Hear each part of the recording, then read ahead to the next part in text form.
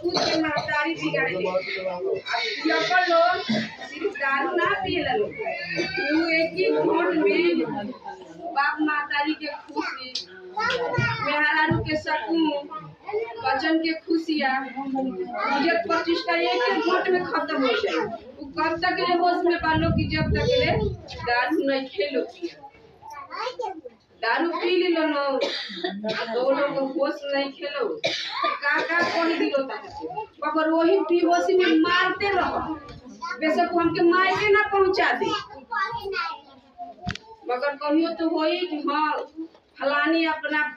मर्दा के पुतावा के दियावा के सही रास्ता सिखौली। हमरो घर में बालो ऐसा बात है हमरो घर में पुरुष बालो पिए वाला मगर हथी जोरी बाकी के हमने के साथ बार दारू बंद करो तनी हाथ उठा दी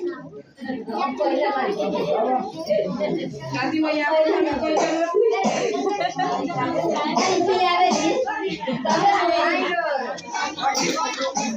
आगे चल जाइए आगे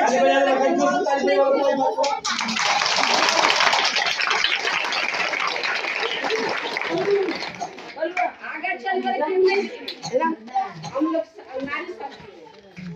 आज अब मैंने शक्ति अरे काली जी दुर्गा जी जे भी गोरा लोग शक्ति में रह लो स्त्री में रह लो तो लोग ये वही भाई